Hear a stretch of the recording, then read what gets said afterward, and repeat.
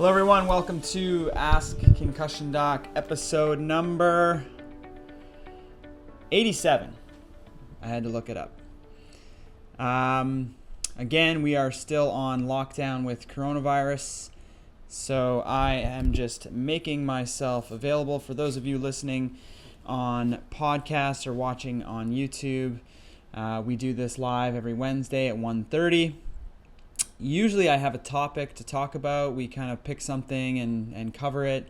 But since coronavirus is going on right now and a lot of people can't get access to clinics, we've decided simply to just do live Q&A sessions for patients, healthcare professionals, whoever might have questions about concussion, which is originally how the show started anyway, was just doing kind of live Q&As. And so we're getting back to our roots, I guess you could say. So I don't have any questions to start us off yet, so whoever wants to be brave, I see people kind of trickling in now on both platforms. For those of you on YouTube or listening on the podcast, if you want to join us, you can follow at Complete Concussions or at concussion_doc, which is my handle, and we do it live on Instagram. So, first question. I'm a new grad. What concussion training would you recommend? Well, of course, I would recommend complete concussion management training. It really depends on what you are hoping to do with it. If you wanted to go into more of a research-based role, I'd probably recommend going into a master's or PhD type program. If you are looking to be more clinical, then you can look into some of the clinical courses out there. If you're a rehab professional, there's some ones for rehab professionals. Again, I have a bias because I am the founder of Complete Concussion Management, and we pour everything we have into that course, and so I would strongly recommend that one. But again, that's my bias. We have probably more than 2,000 references, scientific references in that course. It's 40 hours long. It's covered for 32 or 34 CEUs for PTs across the United States. We're also working right now on getting CE credits for chiropractors across the states. We have it all in Canada already. But yeah, the course is heavily referenced, designed to be evidence-based, and designed to be very sequential. I know that a lot of courses out there will cover a topic over here, a topic over there. A lot of people might go to a weekend seminar, and you might have various speakers and various experts speaking on various different topics. What we wanted our course to be was to start kind of with the background information and then build on that information so that it's all sequential, it's all practical, and it's all evidence-based. And so I can't speak to any of the other courses because I'm not involved with those ones, but I can tell you how much work and effort goes into the CCMI course. So if you are looking to have an all-encompassing course and go from having little to no knowledge to being to having a full breadth of knowledge and feeling very confident with concussion patients, that's what the CCMI course is designed to do. So I hope that one helps you.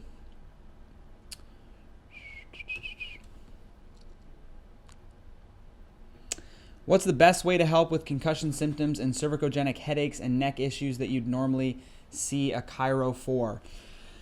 Unfortunately, a lot of what you would need in terms of neck work requires some hands-on and manual work that normally a chiro would do, or a massage therapist, or some PTs would do as well. But there are still things you can do.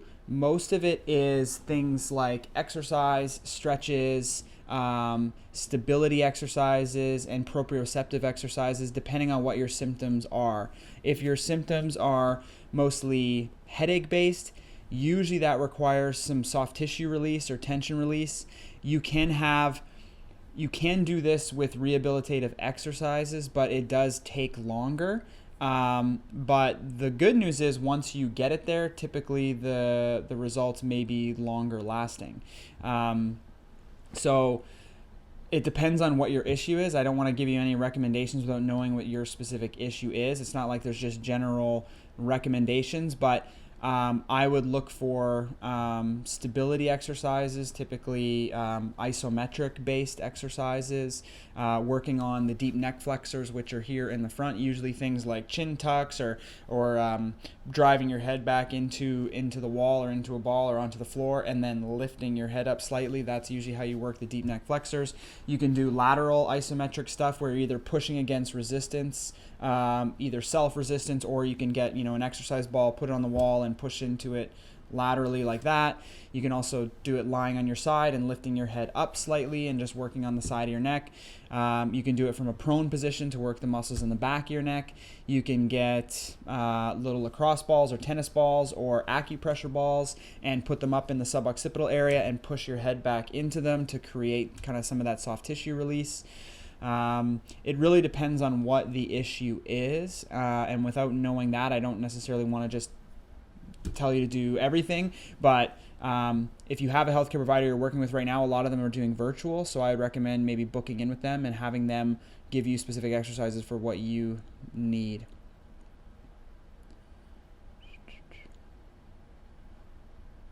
Your talks and podcasts have helped tremendously. Thank you, Keisha. I'm finally starting to feel better 2 months post 2 concussion injuries. Can I go back to hardcore workouts, or should I continue to ease back into things? It depends on what you're doing right now. Like if you're typically on an exercise protocol, what we tell people to do, usually what we do is we test them first. So we put them on the treadmill and we have them ramp up their heart rate to try and see at what point they become symptomatic or at what point their symptoms get worse.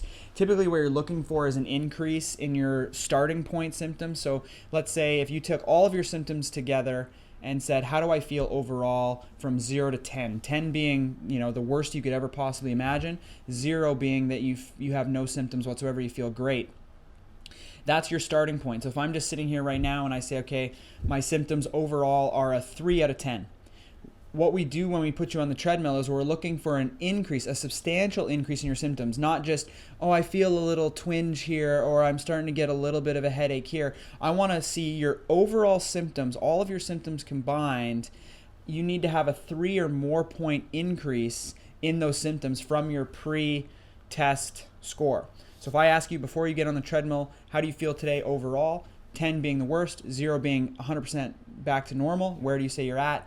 They say, 3 or 4, put them on the treadmill, and then they start going. And then I say, okay, how are you feeling now? They say, oh, I'm at a 4. Okay, great. So that's a 1 point increase. Not enough to stop my test yet. We keep going. So I want to see a substantial increase. So 3 or more points. And then once I know where they're at, so if they have that increase, then I take a look at their heart rate. How high was your heart rate at that point? And then we say that's your threshold. So then we take that heart rate, whatever heart rate they were able to achieve, but when their symptoms spiked, and we subtract 20 or 30%, or 10 to 20% off that. So we want them exercising at 80 to 90% of their threshold. So your threshold is when you had that increase in symptoms. So I take 80 to 90% of that and I have you start exercising every single day for 20 to 30 minutes at that 80 to 90% heart rate threshold. And you're doing steady state exercise. I don't want you going up and down and up and down and up and down, because if your threshold is here and you spike above it, you're just going to make yourself symptomatic. So sometimes people will say, well, can I go back to weight training and things like that? It depends on where you're at. If I put you on the treadmill and you get your heart rate up to full maximal exertion and you don't have any increase in symptoms, that means that you don't have a blood flow issue. You don't have an autonomic nervous system issue. So what I would tell you to do is start with steady state exercise as hard as you want. There's no threshold, there's no risk, and then get back into weights when you feel you want to give it a try. But if you have a threshold, if you have that threshold, if you fail that test and you have a certain threshold that once you get your heart rate above that, you become symptomatic, I'm not going to tell you to go back to weights, because what's happening is you're going to spike above that threshold and create problems for yourself. So your question was, I'm finally starting to feel better 2 months post 2 concussion injuries. Can I go back to hardcore workouts, or should I continue to ease back into things? It depends on where you're at now. Are you exercising right now? If not, I would start with steady state cardio, and I would just I would get a heart rate monitor. You can buy them on Amazon or anywhere else. I think most places are probably closed though, so Amazon's your best bet. Heart rate monitor on, go for a walk. figure out what your heart rate is, monitor how you feel during your walk. It's mostly during. Don't worry about after, mostly during. Okay, if you feel good at a heart rate of 100 beats while you're on your walk, tomorrow bump it up to 105, see how you do. And keep doing that until you find if you have a threshold or not. Once you can get your heart rate up to, let's say you can jog, you can get your heart rate up to 150, 160 beats per minute jogging, right? And all this is age dependent. So depending on your age, that's where your threshold heart rate should be, or your max heart rate should be. If you're able to get yourself up to a jog and you feel fine, well, now you can start looking at pushing yourself, going back into hardcore, trying sets of things. Because what happens when you do sets of things is your heart rate spikes and then it comes back down when you're resting and then it spikes.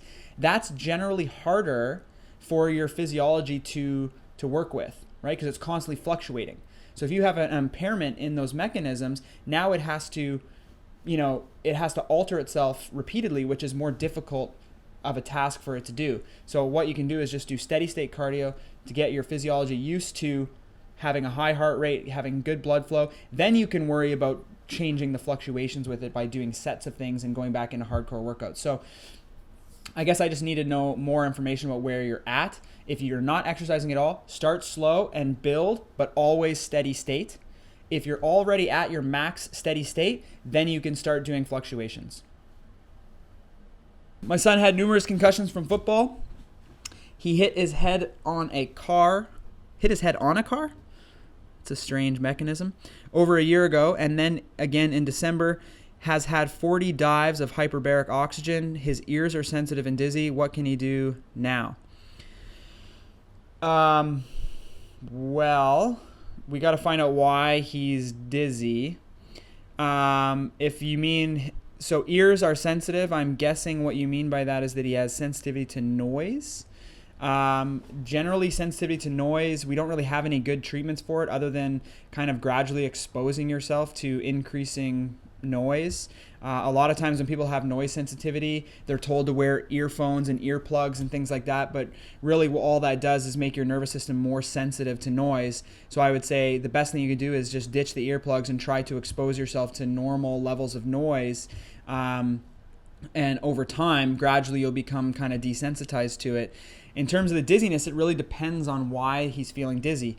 Generally, it could be because you have an issue with your eyes, and how your eyes move can make you feel dizzy or off. It can be a problem with your inner ears or your vestibular system, which has fluid in it that tells your body where you are in space and reacts to changes in motion. Or it could be issues with your neck. The muscles and joints of your neck tell you a lot about where you are in space. And so if you have tightness or tension in certain muscles and joints of your neck, it'll tell your brain different information about where you are in space, and that can make you feel disconnected. Oftentimes, dizziness is an input problem. People look at concussion and think, well, this is a brain problem, this is a central nervous system problem. But when you look at things like dizziness, generally it's an input problem. So you're getting information from 3 different systems. You're getting information from your eyes, from your inner ears, and from the muscles and joints of your neck. If one of those systems is giving you incorrect information, you're going to feel disconnected and dizzy. So you just have to find out which one of those systems it is and work to fix that system. All of this is treatable with rehab. And so it really depends on why he's feeling dizzy. I'll just say this again because I say this every single time.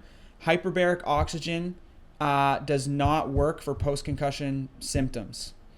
All of the evidence that's been done on hyperbaric oxygen so far, any of the good quality trials that have been done, have shown that it is no better than placebo or sham, meaning that you would get just as much benefit if you just went inside the tube and they didn't even turn it on.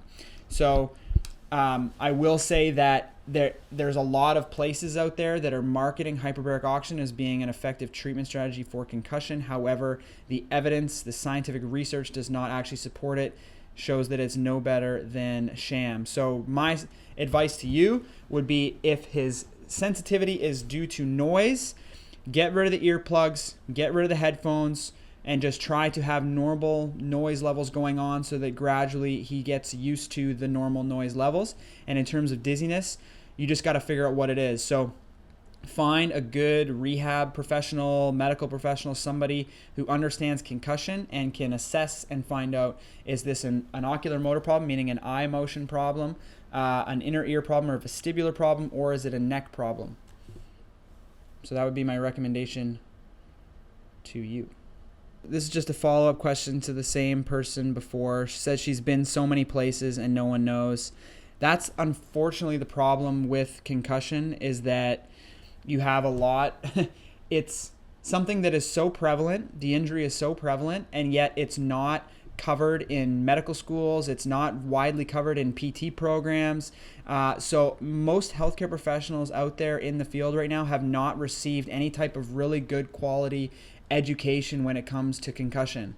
They might know the basics, but it's either like super outdated, or it's not accurate, which is exactly why complete concussion management started in the first place, was to try and drive continuing education programs for healthcare professionals that are in the field, and also kind of up the level and up the game of people that are new grads coming out of school, because we know that they're not receiving an adequate education. So you're definitely not alone. You've been so many places. I mean, our goal, our mission right now is working on trying to get as many people trained as possible so that you can find a place to go. You can easily just go on and find completeconcussions.com and find a clinic that's in your area. No one should have to struggle to be able to find decent quality care. I will say this, we are still working on a patient course right now to provide people that can't get access to care, especially right now during this time when clinics are closed. We're making a patient course to provide you with tools and education, like what types of exercises, how can you kind of assess yourself, how to improve your sleep, how to improve noise sensitivity, light sensitivity, all those things that you can do at home. We're building a course on that. So anyone who's interested in that, email info@completeconcussions.com and just put in the subject heading patient course, and we'll just put you on a list, a wait list. We probably have like 50 people on there right now already on the wait list for it. So I'm hoping to be able to get it out within the next couple weeks to start it, because I know people are struggling right now at home. So if that's something that might be able to help you, then just send an email to info@completeconcussions and put in the subject title patient course. I scraped my head while swimming in the ocean. I got it checked by my doc 2 weeks later, said I was fine. It's been a month later and I still feel somewhat off. What are some good ways to know I'm not overthinking symptoms? Okay. Great question. So first of all, you have to consider the amount of force. Sorry here, Heather, info, info, at completeconcussions.com. Okay, back over to Nick. Scraped his head on the ocean, got it checked out by his doctor, said he was fine. It's been a month, still feeling somewhat off, wants to know how he can figure out if he's not just overthinking his symptoms.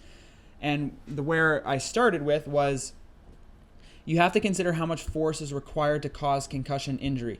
Concussion is the result of the brain, which is in a fluid, right? So the brain is kind of floating in a fluid around it. So that fluid cushions it. So in order for the concussion to happen, the cells of the brain have to get stretched to a significant degree to cause stimulation and kind of a neuron discharge. If you look at football, okay, football is where most of the research has been done on this. Less than 1% of all the hits that happen in football cause concussion injury. The amount of G forces needed, because concussion, in order to have that stretch, you need acceleration or deceleration, which is just negative acceleration. You need acceleration or deceleration, which is going to cause the brain cells to stretch. And in football, you only hit that level of acceleration less than 1% of all the hits that happen. So you're talking about a substantial amount of force. You need 70 to 120 Gs of acceleration to hit that threshold for concussion. There's obviously some give or take in there, and with kids it's lower than it is for adults, but if we just stick with that, just kind of wrap our heads around that, you need 70 to 120 Gs of acceleration to cause concussion injury. if you look at research looking at car accidents, if you're in a car accident, your airbags are set to deploy at a change of velocity of 50 kilometers an hour. And if you're in the United States, that's 30 miles an hour. So if you're driving down the street going 30 and you hit a telephone pole or a parked car or something like that, and you have a change of velocity very quickly of 30 miles an hour to 0, your airbags are going to deploy. That translates into 60 Gs through the seatbelt. Right? Remember what I said for concussion, you need 70 to 120 Gs. So you're talking about a tremendous amount of force to your head to cause a concussion injury. So you're swimming along in the ocean and you scrape your head on the bottom of the ocean. Do you think that that force was the equivalent of a car accident in which your airbags were deployed? Probably not. So I would say that it's likely that you didn't have a concussion just based on the amount of force that would be there. Now, I've also had patients that have been surfing, bodyboarding or whatever, and getting thrown up by a wave and slammed into the bottom of the ocean and have had them suffer concussions. But if you're just kind of scraping your head or a little bump like this does not cause concussion injuries because there's not enough acceleration delivered to the brain to actually cause the brain to stretch and undergo the pathophysiology of concussion injury. It's just not possible. So concussion injuries happen at high force. They don't happen at low force. So that would be something to hopefully ease your mind in that. Now, the fact that you're having symptoms doesn't mean you couldn't have done something else, like jamming up your neck. So having a whiplash or any type of neck injury or dysfunction the symptoms are the exact same as they are for concussion. You can feel dizzy, nauseous, headaches, concentration difficulties, visual discrepancies. All sorts of things can happen if your neck is dysfunctional. The amount of force required to cause neck injury or neck dysfunction is only 4.5 Gs. So if you have a mild hit and start feeling symptoms, it's unlikely to be concussion because it's not enough force to make the brain do what it needs to do to cause the concussion injury.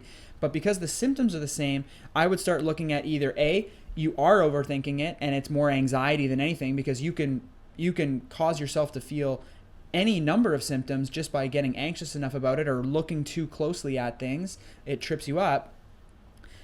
Or it could be a neck injury that you have where your neck gets a little tight, it starts causing headaches, things like that. So I would think mostly at that. If it was a major hit, then you can start thinking maybe it was concussion. If it was a minor hit, probably not concussion. Either you have some neck issues that happen at the same time, or it's an anxiety thing that's starting to present like concussion because the symptoms are the same. They look very similar to that. Hope that helps.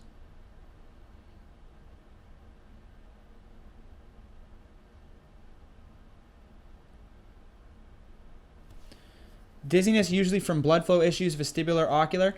There's no way to know. The only way to know is to test it. So the question is dizziness usually from blood flow issues or vestibular or ocular issues? And the answer is we don't know. We have to test it. So usually it's okay, put you on the treadmill. Oh, you passed? Okay, not a blood flow issue. Let's do vestibular. Oh, not a vestibular issue. Oh, visual, there it is. It's a vestibular issue. Or it's a neck. It could be neck too. You forgot neck in there, but yeah.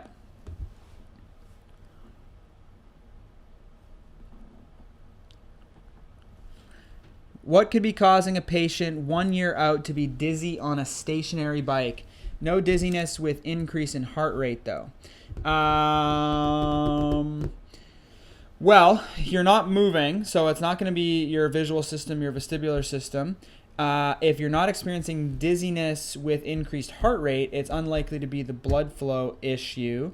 So then you're basically left with its psychogenic, meaning that it's related to more kind of psychological side of things, or it could have something to do with just your position on the bike and having some neck tension. A lot of times, because the other cause of dizziness, right, you got visual, vestibular, neck, and then you have blood flow or even psychogenic. But if you're in a position on a bike where your neck is kind of jammed up, because sometimes you're forward on the bars, your neck gets jammed up here. Sometimes tension in the muscles of the neck can make you feel dizzy, makes your eyes feel a little bit off because all these systems are coordinating together. And so if you're riding the bike and you're starting to feel dizzy, it could be just the position of your neck. So I would try changing positions on the bike, maybe trying to be more upright, see if that does anything. Yeah.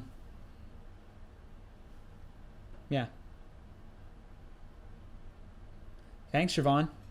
I'm getting text messages.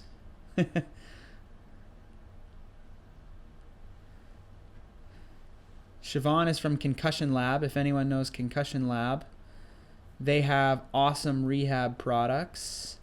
And actually, Complete Concussion Management just partnered with Concussion Lab so that all of our clinics could get hooked up with their awesome rehab products.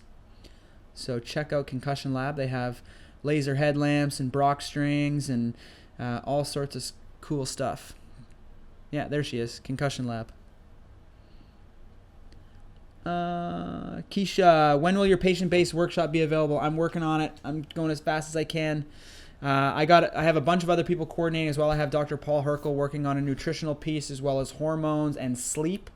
And I have a psychotherapist who's working on kind of the mental health aspect, recovery mindset, mindfulness-based meditation. She's also going to help a little bit with the sleep side.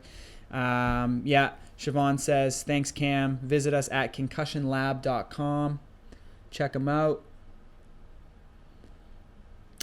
Patient of mine is a 16-year-old downhill mountain biker with 3 concussions in the last 4 years. Most recent was 3 months ago. He is now symptom-free. Awesome. One neuro says you're done. Other says be careful. Well, there is... Okay.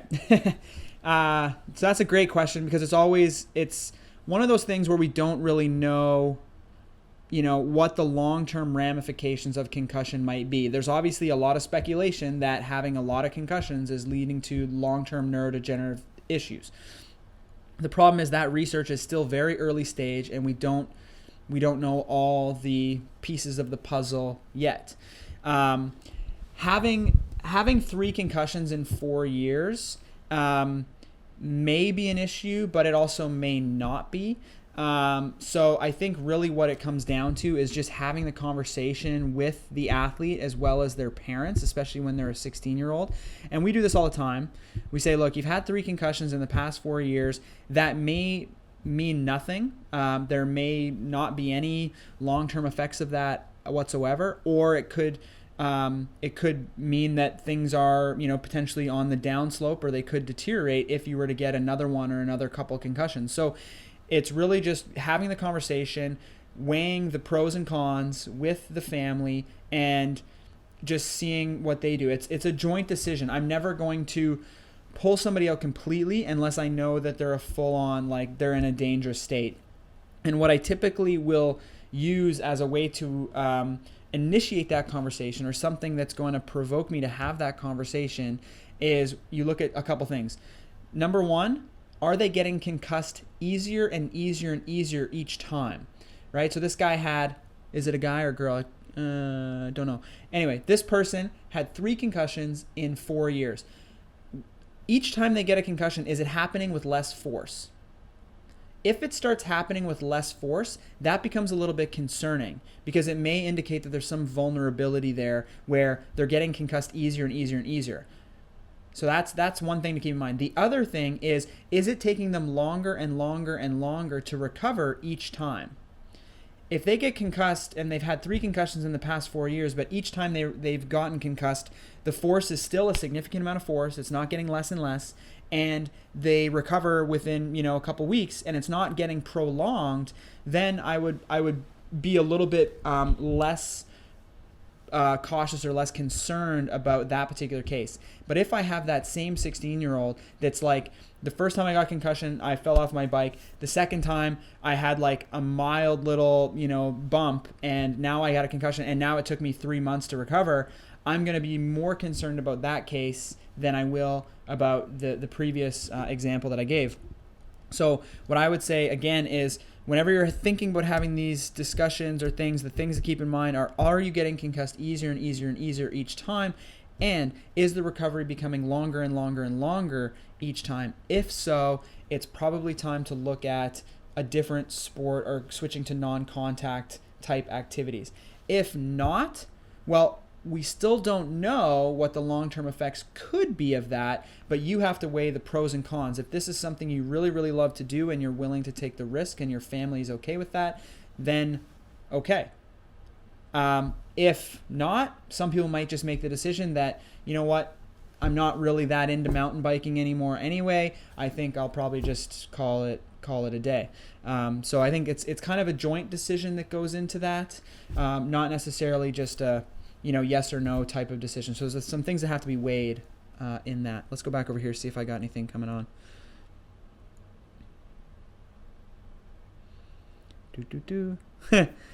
Taking a break from Module 8 to come and hang out. I hope you're not getting too sick of me yet. So this person is obviously in our practitioner course. They're on Module 8. Wait till you get to Module 10. That's the fun one. But yeah, they're probably getting sick of my voice now because I teach majority of that course. I am a PT but not working, have had multiple concussions due to equestrian accidents, and have had seizures related to them that happen when I become too dizzy. How common is this? Concussion can sometimes be the inciting incident to a seizure disorder. I wouldn't say that it's extremely common. I don't know exactly how common it is. I think it's, I'm trying to remember the stats. I don't have the exact stats off the top of my head, but I think it would be less than 5%, probably closer to, 1 or 2% of concussion patients would do that, probably even less actually. But I don't know the exact number on how common it is. But if you're having seizures, I would definitely be trying to find a neurologist to figure out, why that is, and then maybe if there's any type of, medication that you can take prophylactically to help with that, or if there's anything else you can do. That's kind of out of my realm.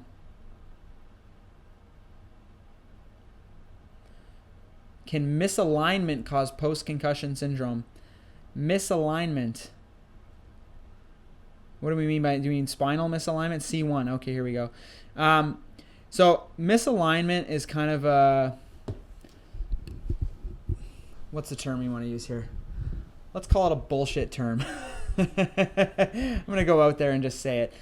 There's no misalignment. Nobody's misaligned. It's like old school chiro thinking of like, oh, this is shifted this way or this is shifted that way. Really, the thought on it is that there's restrictions in joints that aren't moving properly, which can make something feel, misaligned. Sometimes, some of these upper cervical chiros will take x-rays and they'll, oh, this is shifted, this and that and everything. And basically a lot of that stuff has been disproven where you can't actually take those types of measurements because it really depends on how the patient is standing. Like if you think about somebody who's setting you up for an x-ray, right? Like if I'm a patient here and the chiropractor comes in, they're positioning me however they want me. So they come in, they tilt my head here, okay, hold there, that's good. And then they take the image and then they're going to show you that image and be like, oh, see how you're tilted right there? That's because of this. But you can do anything to that. Like same thing with flattening of the spine. Well, if they put you in a lateral cervical spine radiograph and they tuck your chin way back like this, they're going to push you into a very vertical position. Then they're going to take an x-ray and be like, see how straight, your spine is? You're supposed to have more of a curve like this. But they're the ones positioning you. So you can do all sorts of things and it really matters how you're positioned, and you can find these little subtle measurement differences and stuff. So when it comes to misalignment, I would caution you on believing that you're actually misaligned. Your spine is not misaligned. You can have tension and tightness in certain things and joints that are not moving when others are, and it can feel misaligned, or it feels like you're tilted, but you're not actually, misaligned. Your spine is not out of joint. But that's often just what chiropractors might say because it's easier to understand for patients. You just say, oh yeah, you got a misalignment, or this is shifted this way, or something like that. It just makes it easier, I think, just to comprehend for patients. But in actuality, nothing is misaligned. Now, in saying that, if there is dysfunction, meaning like let's say you have some muscles that are tight, or let's say you have a joint up here that isn't moving properly, muscles will tighten up around a joint to kind of protect it. If it's inflamed and it's not moving properly, the muscles will tighten up there to just protect that area, which then starts to cause, those issues of dizziness and visual disturbances and headaches and stuff. So upper cervical spine dysfunction can cause concussion symptoms. I just don't like the term misalignment just because I don't think it's factually correct.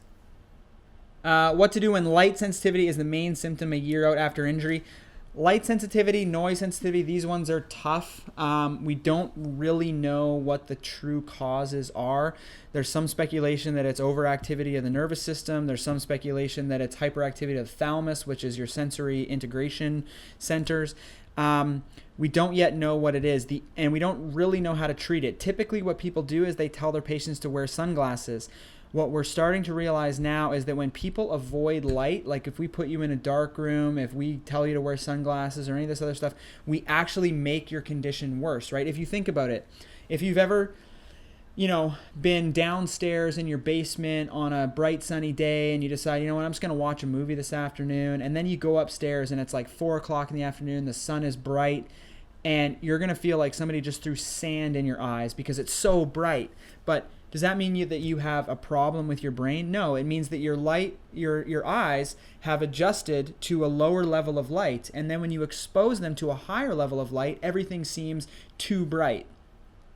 So if you put this in the context now of a concussion patient, we used to tell patients incorrectly to sit in darkness, right? Don't expose yourself to any light whatsoever. Just try to stay in a dark room for as long as possible until your symptoms go away. Secondly, if you're going out or even inside the house, wear sunglasses to, shield your eyes from light. Well, what's that going to do over time?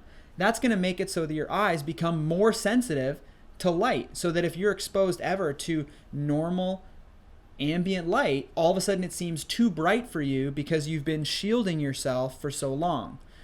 So the treatment now for this stuff, it depends on who you talk to, but typically I try right away to get my patients to ditch the sunglasses, right? Start just don't sit in front of a bright light and try to take in as much as you can, but just don't wear sunglasses inside the house. If it's a bright sunny day, sure, I wear sunglasses outside, of course. You want to protect your eyes from that, but don't wear sunglasses unnecessarily. Try not to keep all the lights off when you're at home. Try to just get used to normal ambient lighting and normal fluorescent lighting even in rooms and stuff. If that doesn't work, sometimes there's certain wavelengths of light that affect people more than others, and there's certain glasses you can get that will block certain wavelengths of light that can often make patients feel a lot better. So my first line of defense is always ditch the sunglasses and start exposing yourself to light. If it's still not tolerable after a while, then I go, okay, I'm going to send you to our optometrist and try to find out what wavelength of light is really the bothersome one for you, and see if we can give you some eyewear to just block that one. So you're not blocking everything, but you're just blocking that one wavelength, and then try to gradually wean yourself off of that to try and get back to it. What should a PT do if a patient's ANS refuses to adapt and improve with some symptom exercise after several months of following the protocol? So if the patient is actually being diligent and compliant with it, I've never had anyone unable to increase their threshold as long as they're actually being diligent and compliant with the program. I have had a couple patients that ended up having something called POTS, and I don't know if you've checked your patients for POTS, but basically this is orthostatic tachycardia. So when patients go from either a sitting or lying position and they stand up, they have an autonomic nervous system dysregulation, which causes their heart rate to just skyrocket, and they're not very tolerant to exercise. And so what you have to do with those patients, if you can confirm that it's POTS, which is usually done with a tilt table test, you can also do what's called an active standing test as a bit of a screen. There's a couple early stage studies on that showing that it's a decent screening tool.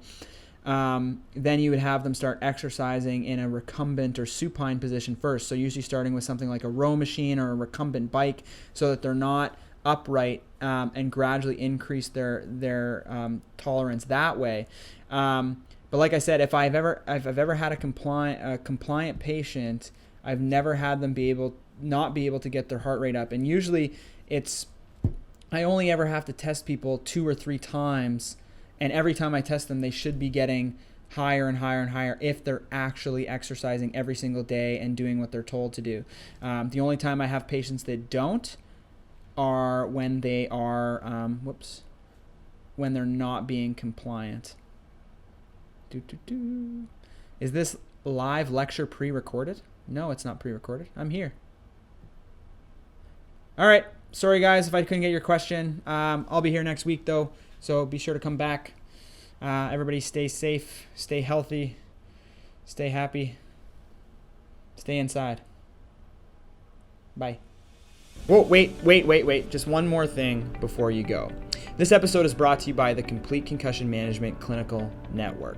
Are you suffering from concussion symptoms that just aren't getting better? Maybe you're in the wrong place. Maybe you're seeing the wrong healthcare professional. Visit completeconcussion.com/find-a-clinic to find all the local professionally trained concussion rehab individuals in your area. Each of our partnered clinics have gone through extensive training on concussion assessment, management, diagnosis, treatment, and rehabilitation. They're going to work with you to try and find the root cause of your symptoms and then develop a treatment plan and approach to help get rid of them. If you don't know what's driving the symptoms, you can't ever help or hope to fix them. CompleteConcussions.com/find-a-clinic. They have a 98% patient satisfaction rating and have a higher net promoter score than Amazon, Apple, and Netflix. CompleteConcussions.com/find-a-clinic. You will not regret it.